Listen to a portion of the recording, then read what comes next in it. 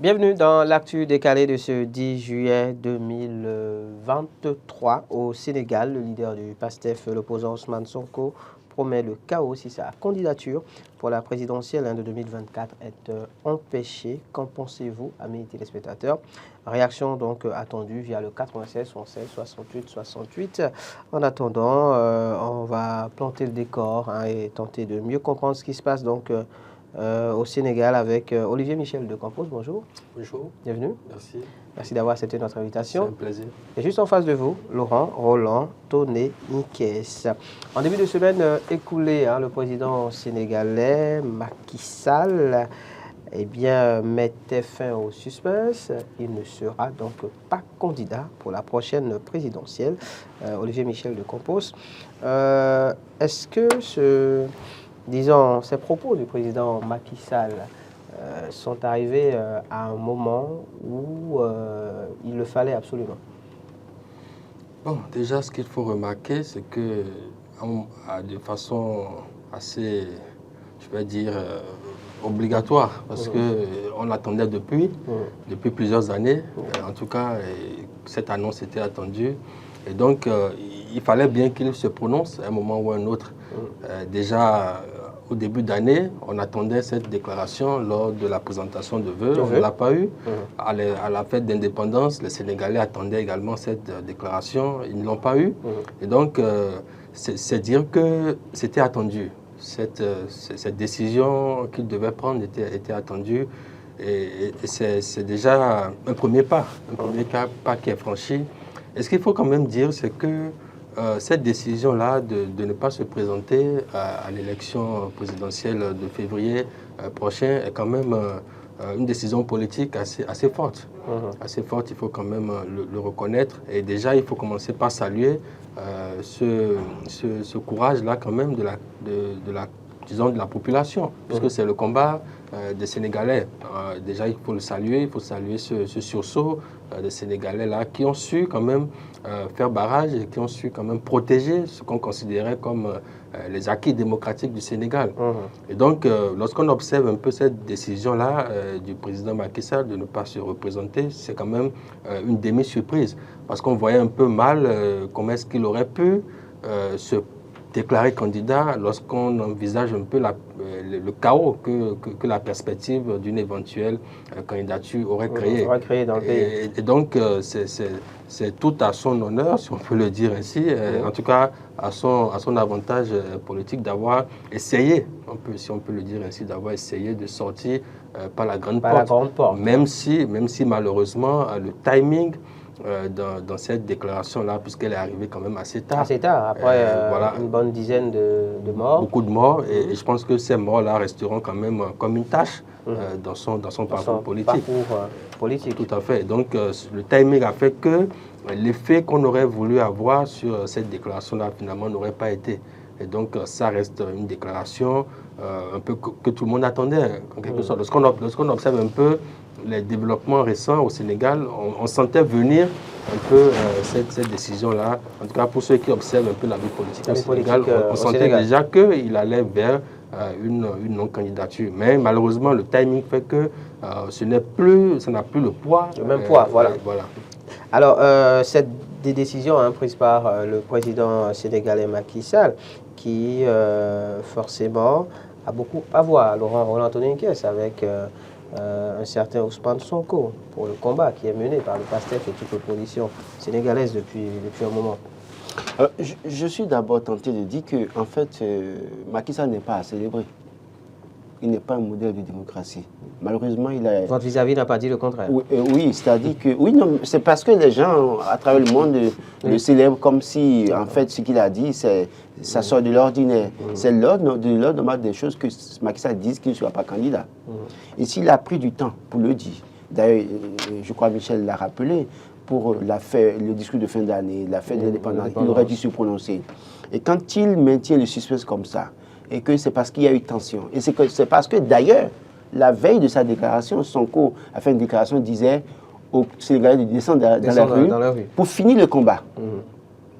Et il y a cette pression de Sonko. Vous pensez que c'est cette pression Mais- de dernière minute qui a fait Il y a changer cette- il y a cette- peut-être non, mais quand on regarde- le discours du chef de l'État? Quand on regarde les émeutes de juillet, avec les résultats, les conséquences, le nombre de morts, les conséquences, tout ce qu'on a pu avoir, et que le leader de l'opposition Sonko dise encore descendre dans les rues pour finir le combat, comment est-ce qu'ils vont finir le combat? N'est-ce pas peut-être pour aller déloger cette fois-ci Macky Sall? Macky Sall. Et quand on sait que Macky Sall et Sonko peut-être a des soutiens dans le rang de certains panafricanistes qui en réalité veulent en découdre avec les chefs d'État qui ne respectent pas les constitutions de leur pays, dans une certaine mesure, il y a un grand risque pour Macky Sall. Et s'il se souvient du modèle de la situation au Mali, au Burkina Faso ou en Guinée-Conakry où les chefs d'État ont été délogés, la plus belle des manières, c'est que ça pouvait lui arriver. Et la meilleure option pour lui, c'était de faire un discours Donc pour vous, il a cédé face à la pression. à la pression. Si ce n'était pas la pression, Macky Sall n'allait pas céder. Maintenant, il a cédé et aujourd'hui, on le célèbre. Je dis qu'il n'est pas à célébrer. Quand on finit de dire ça aussi, je crois que Sonko aujourd'hui, et cette déclaration qu'il a faite, peut-être dans une certaine mesure, met en difficulté un peu Sonko. Parce que malheureusement, c'est ça le problème des politiques en Afrique. Il n'y a pas souvent d'idéologie. Sonko, dans sa perspective d'être président du Sénégal, avait peut-être un modèle d'abord, pas de troisième mandat pour Macky Sall. Voilà, Macky Sall dit je suis plus candidat pour un troisième mandat. Sur quoi va-t-il surfer maintenant pour continuer à maintenir la dynamique, pour être au-dessus?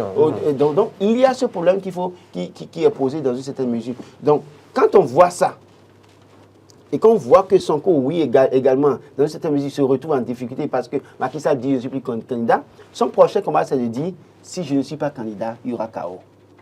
Alors, il faut préciser justement qu'après donc, cette sortie du président sénégalais, justement au niveau du PASTEF, il a été bien précisé que le combat était sur 2 points.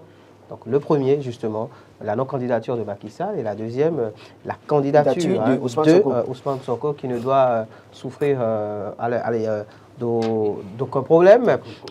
Justement, Ousmane Sonko, qui sait, pour les amis téléspectateurs qui nous suivent, peut-être qu'ils n'en savent pas grand-chose, alors on va juste brosser. Et après, justement, on va peut-être essayer de voir plus large. Est-ce que Macky Sall, justement, n'est pas dans un jeu, n'est pas en train de faire du leurre, tout simplement, parce qu'on a déjà vu sur le continent ce cas. Ce cas de figure. Ce cas de figure, j'allais dire. Oui, Voilà. tout à fait, tout à fait. Et je commencerai déjà par rejoindre mon confrère Laurent en disant que Macky Sall, évidemment, n'est pas en train de célébrer parce que lorsqu'un président en Europe ou quelque part en Occident décide de partir, voilà, on ne le félicite pas parce que ça fait partie de l'ordre normal des choses.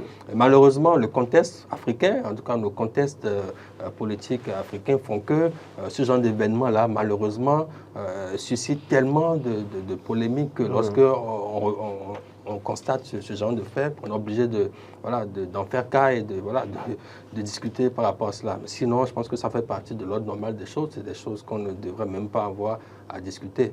Alors, parlons de M. Sonko, M. Ousmane Sonko. Il faut dire que c'est devenu un opposant assez farouche au président Macky Sall. Mais déjà, il faut dire que c'est un homme du système.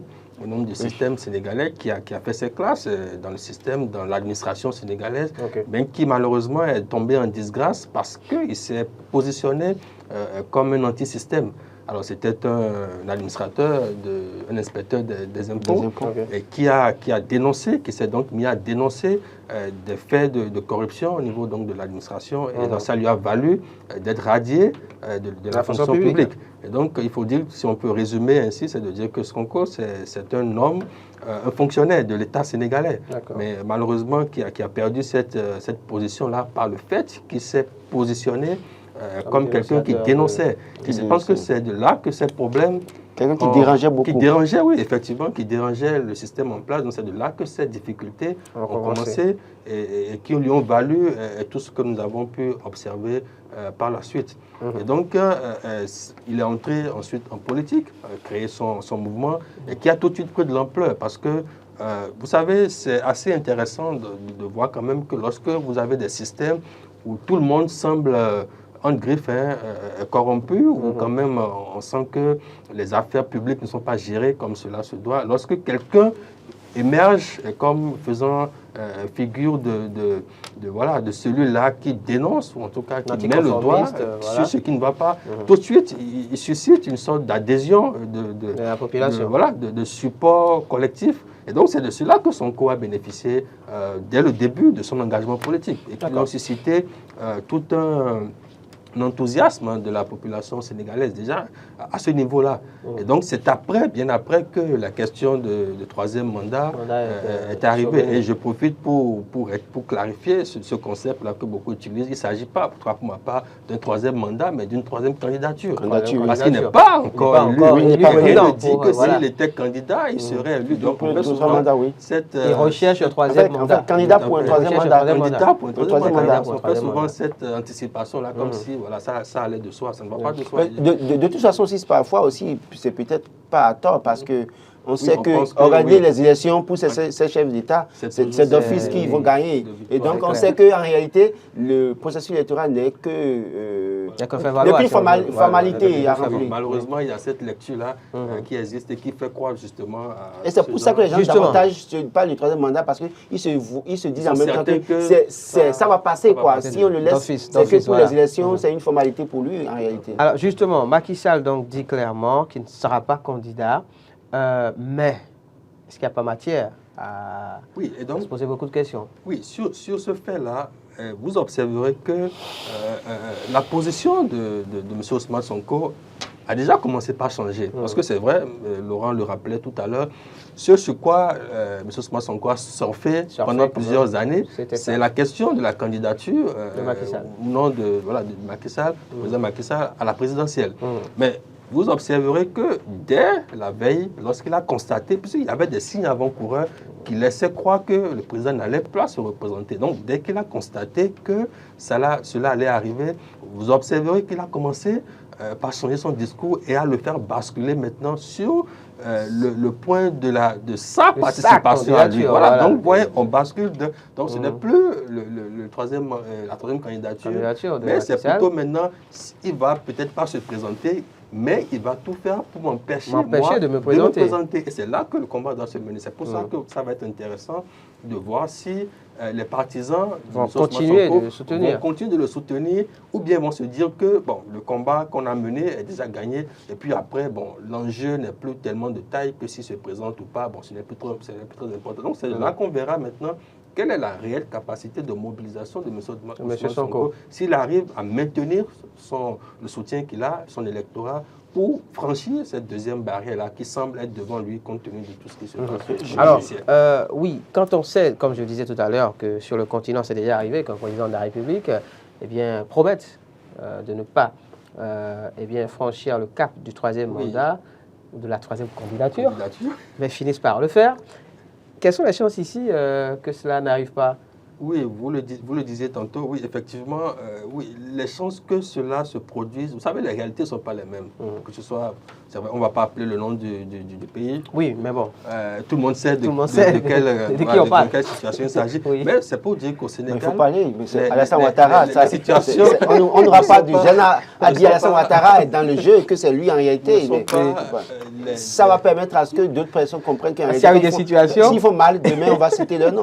Ne pas citer, c'est les couvrir aussi à continuer à faire... Vous citez, lui ne veut pas citer. Mais je l'ai cité. Tout le monde sait. Permettez-lui de ne pas vouloir citer. De qui il s'agit de toute façon. Et donc, la situation, le contexte politique sénégalais n'est pas forcément le même qu'en Côte d'Ivoire. Et donc, on verrait très mal ce jeu-là se produire. Parce que, vous voyez un peu, le nombre les facteurs... Vous savez, la différence, c'est quoi? La différence, c'est qu'en Côte d'Ivoire, à l'époque, il n'y avait pas toute cette tension-là autour d'une probable candidature. Mais là, vous voyez, le schéma est totalement différent. Il y a déjà une opposition farouche contre la candidature, ce qui n'était pas forcément le cas en Côte d'Ivoire, où il y avait où la possibilité de se représenter était plus ou moins admise. Mais là, en Côte d'Ivoire, les vrais leaders étaient affaiblis. Celui qui pouvait faire office de vrai leader, Gbagbo n'était pas là. Et donc, en réalité, c'est pour ça que ça s'est passé aussi facilement. Et d'ailleurs, pour empêcher maintenant dans la continuité, on a rendu Laurent Gbagbo inéligible. Donc, dans une certaine mesure, c'est parce qu'à un moment donné, il y avait un contexte d'affaires affaiblissement des frères opposants dans une certaine mesure que c'est passé comme il est à la poste Ouattara. Vous me passez le mot, Laurent Roland Toneniquez, l'inéligibilité. Parlons-en justement dans le contexte sénégalais. Ousmane Sonko, condamné à 2 ans pour corruption de la jeunesse, inéligible. Oui, jusqu'à preuve du contraire, jusqu'à ce que il y ait un revirement de la situation. À ce stade-là, il n'est pas éligible parce que la décision n'est pas encore entrée en application, puisqu'il est toujours chez lui, il n'est pas encore, voilà. Donc, enfin, pas libre de ses mouvements, il est toujours chez lui. Chez lui, voilà. Selon lui, il serait séquestré, selon le gouvernement sénégalais, il serait sécurisé. Donc, voilà, les terminologies diffèrent en fonction de là où on se positionne. Mais donc, à ce stade-là, en tout cas, si la décision venait à se confirmer, il est difficile pour lui d'imaginer pouvoir se présenter à l'élection. Et c'est là maintenant qu'on va voir véritablement quelles seront les différentes manœuvres qui seront mises en place, que ce soit du côté du gouvernement, du pouvoir, que du côté de l'opposition. Parce que avec cette non-candidature du président Macky Sall, les jeux sont ouverts, que ce soit du côté de la mouvance comme de l'opposition. Parce qu'aujourd'hui, on ne voit plus Ousmane Sonko comme le seul cheval gagnant qui aurait pu, parce que quand vous mettez un Macky Sall, la seule personne qui apparaissait pouvoir faire face était M. Ousmane Sonko. Mais aujourd'hui que Macky Sall n'est plus dans le jeu, les cartes sont rebattues et n'importe qui d'autre dans l'opposition peut s'estimer être le mieux. En fait, au sein de l'opposition, il va falloir redistribuer les cartes. D'ailleurs, même Sonko, qui avait été même critiqué par Idrissa Seck, qui dit qu'il est encore jeune. Jeune qui peut attendre son tour. Qui va attendre son tour. Donc déjà, ça a commencé déjà. Ça commence. Et dans cette perspective, vous allez voir aussi que, en fait, ce que fait Macky Sall est assez intelligent. En réalité, on dirait un peu pour que les déboires judiciaires de Sonko sont du fait de Macky Sall, parce qu'il veut aller être candidat pour un 3e mandat. Mais là, il dit je suis plus candidat, donc il peut continuer à faire mal à Sonko et se justifier par le fait qu'il n'est candidat à rien. C'est parce qu'il a enfreint les règles de la République qu'on le poursuit. Et donc, d'ailleurs, même il a commencé à se rapprocher d'Idrissa Seck et de Karim Wade qui étaient inéligibles à un moment donné, histoire de pouvoir lever leur inéligibilité dans une certaine mesure pour leur permettre d'être candidat. Parce qu'il va négocier une sortie en douce pour ne pas être inquiété. Parce que quand on parle de Macky Sall, il a fait beaucoup de choses à la tête du Sénégal, mais il y a eu beaucoup de scandales. Il y a eu beaucoup de scandales. Et d'ailleurs, c'est ces scandales qui ont commencé par amener d'ailleurs même Sonko à commencer par s'opposer au système. Donc quand on regarde tout ça, c'est qu'il a intérêt à affaiblir davantage un Sonko et de peut-être faire, de s'allier avec ses ennemis d'hier, faire la paix avec ces personnes pour affaiblir quelqu'un qui est devenu un redoutable ennemi, comme un Martin Fayulu en RDC, qui à un moment donné était assez redoutable face à Kabila, mais Kabila a réussi à trouver un 3e larron à qui il a confié le pouvoir pour protéger ses intérêts. 96 76 68 68, c'est le numéro à composer pour venir nous dire dans ce que vous pensez de cette promesse faite par Ousmane Sonko, le chaos, si sa candidature est empêchée. Justement, sur quoi se base l'opposant Ousmane Sonko pour faire cette promesse, pour tenir ses propos, quand on sait, comme on le disait à l'instant, qu'il est, à l'heure où l'on parle, inéligible. Quand on sait aussi d'ailleurs, et beaucoup se posent la question, pourquoi jusqu'à présent n'a-t-il pas été arrêté? Sur quoi est-ce qu'on se base pour promettre le chaos? Oui, déjà, il faut le dire tout de suite, la violence n'est pas quelque chose qu'il faut, n'est pas la solution, ce n'est pas quelque chose qu'il faille promouvoir, que ce soit dans un camp comme dans l'autre.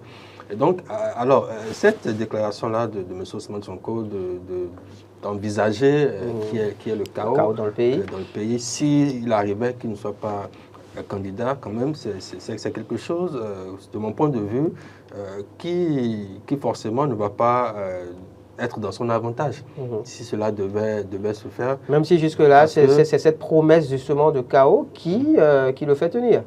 Oui, qui le fait tenir. Et qui peut-être a fait flancher Macky Sall.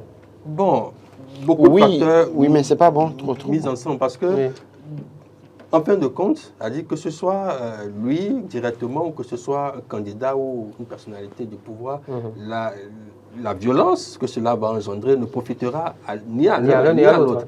Mais malheureusement, aujourd'hui, il ne dispose que de ce levier-là. C'est-à-dire parce que, vu sa popularité, vu en tout cas le soutien dont il bénéficie, c'est la seule chose dont il dispose encore et c'est le seul élément qui Je pense qu'on a un premier intervenant au bout du fil. On va le recevoir. Bonjour, bienvenue. Merci de vous présenter. Amis téléspectateurs en ligne, bonjour. D'accord. En attendant qu'il ne se décide à nous répondre, on va poursuivre. Donc, que pensez-vous de ces déclarations? Donc, comme je disais, c'est le seul levier sur lequel il peut jouer encore aujourd'hui parce que l'enjeu pour lui aujourd'hui, c'est de se présenter. Et il lui disait très bien, si je ne me présente pas, ça va être le chaos. Parce que, il a dit même, il ne s'agira pas de faire une sélection de candidats, mais il faut pouvoir laisser le jeu ouvert, inclusif, pour que tout le monde puisse pouvoir se présenter. Donc, il n'appartient pas au président Macky Sall sur lequel il met la responsabilité de la chasse aux sorciers en griffe qui est contre lui. Et donc, ça fait qu'il n'a que ce discours-là qui puisse lui permettre quand même de continuer d'exister. Parce que sinon, il risque de tout de suite passer... Oui, bonjour, monsieur. Bonjour. Oui, bonjour le plateau. Merci de vous présenter, monsieur. Monsieur Diantin, bonjour. Monsieur Diantin, on vous écoute. Bonjour. On vous écoute. Voilà. S'agissant de cette situation au Sénégal, le président Macky Sall n'a plus d'autre option que de jeter l'éponge. Voilà. Et il suffirait qu'il tente de forcer la main que le Sénégal va s'embraser. La seule issue qui lui reste maintenant, c'est d'administrer tous ceux qui sont des opposants et permettre une élection inclusive. D'accord. Si jusqu'à présent il n'a pas autorisé la mise à l'exécution de cette décision de justice, c'est parce que si jamais il le fait, il verra la population sénégalaise au dos. Ok. Il verra la population au dos. Si jamais ça se passait. D'accord. Merci, monsieur Diantin. Oui. Bonne suite de journée à vous à WOM. Monsieur Diantin qui estime que la solution peut-être pour Macky Sall, c'est d'amnistier. Voilà. Oui, vous savez, il y a eu tout récemment, il y a un dialogue national, je pense, qui est toujours en cours. Normalement. Et qui est en train de vouloir permettre à M. Khalifa Sall, à Karim Wade, qui était condamné précédemment, de pouvoir revenir dans le jeu. Se présenter. Alors, mais le problème qui se pose... Sonko pourrait en bénéficier. Le problème qui se pose, c'est que Sonko n'a pas participé à ce dialogue-là. C'est-à-dire l'acteur majeur principal qui suscitait les tensions n'était pas. Donc, d'aucuns qualifiaient même ce dialogue-là d'arrangement entre des gens qui veulent... Voilà, mais le vrai dialogue n'a pas encore véritablement eu lieu. Parce que le vrai dialogue aurait été entre... Sonko et le gouvernement. Donc, on attend aujourd'hui maintenant de voir véritablement quel sera le développement qu'on va observer de ce côté-là pour que véritablement on puisse savoir si on va aboutir à une décrispation, à une désescalade et permettre à ce que tout le monde puisse se présenter. Parce que lorsqu'on observe, si on devait aller dans le débat au niveau juridique de la question, on observe quand même aujourd'hui qu'il y a beaucoup de choses à dire sur cette accusation de corruption de la jeunesse. Il faut aussi dire que les crimes pour lesquels, ou bien les délits pour lesquels Karim Wade peut-être est poursuivi comparé à ceux pourquoi Ousmane Sonko est poursuivi, ce n'est pas la même chose. Il y a le pénal de l'autre côté, il y a les raisons politiques ou bien la gestion au niveau de l'État de l'autre côté pour les autres. Donc, on peut mettre dans la balance un certain nombre d'arguments pour écarter. Par exemple, Sonko. Dernière question pour vous deux, et après je pense qu'on va se dire au revoir. Quelles sont les chances pour Ousmane Sonko d'être candidat en 2024? Les chances pour Sonko. Conserve-t-il toutes ses chances? Non, en l'état, il ne conserve plus ses chances parce qu'on l'a dit, la déclaration Macky Sall, c'est stratégique, c'est de continuer à faire mal à Sonko dans une certaine mesure. Je ne suis plus candidat je suis candidat à rien. Donc on ne peut plus m'accuser de vouloir lui faire mal. S'il a des problèmes avec la justice, il va arriver avec la justice. Donc ça veut dire qu'à 50% ou à 30%, ces chances sont réduites dans une certaine mesure. Mais en même temps aussi, c'est que Macky Sall, essayant de faire du rapprochement avec les autres courants de l'opposition, veut travailler à l'affaiblir parce que quand on suit la déclaration d'Idrissa Seck et quand on voit un peu le rapprochement avec Karim Wade, c'est qu'à un moment donné, c'est pour affaiblir davantage Ousmane Sonko. Donc déjà à 20% encore, c'est donc à 50%, il est affaibli. C'est à lui de revoir sa stratégie. Maintenant, quand il appelle au chaos, moi je pense que c'est assez grave ce qu'il fait, ce qu'il dit, parce que les loups ne se mangent jamais entre eux. À un moment donné, Macky Sall sera protégé par les puissances étrangères et les chefs d'État. C'est père. Ce qui ne sera pas son cas. Ce qui ne sera pas son cas, dans une certaine mesure. Si, et c'est ça le problème en Afrique, quand vous êtes candidat et qu'à un moment donné, vous avez des obstacles, au lieu de vous arranger autrement, de vous organiser autrement, et de peut-être susciter quelqu'un d'autre avec qui vous allez peut-être aller faire mal, dans une certaine mesure, on tient à ce que ce soit personnellement soi, et à un moment donné, ça dégénère mal. Ça finit mal. En 30 secondes, ce que je conserve-t-il ses chances? Ajouter, c'est que la politique, c'est vraiment, il faut le voir ainsi, c'est un jeu de pouvoir. C'est-à-dire, c'est stratégique, c'est en fonction de la capacité des uns ou des autres à pouvoir jouer sur le jeu. Donc, ça tout dépendra du rapport de force qui va se mettre en place au niveau du gouvernement, en tout cas de M. Macky Sall ou de Sonko. Donc, si le rapport de force lui est favorable, je pense qu'il conserve toutes ses chances de pouvoir se présenter. Mais si le rapport de force devait tourner à l'avantage de Macky Sall, je pense que là, la stratégie, comme Laurent l'a dit, de l'affaiblir tout en se montrant à l'écart, risque de vraiment fonctionner sur lui. Donc, tout dépendra de ce qui va Quelles sont les chances aujourd'hui, en 10 secondes cette fois-ci, que justement la population accompagne Sonko dans cette promesse de chaos? Là, ça va dépendre véritablement de ce qu'il propose.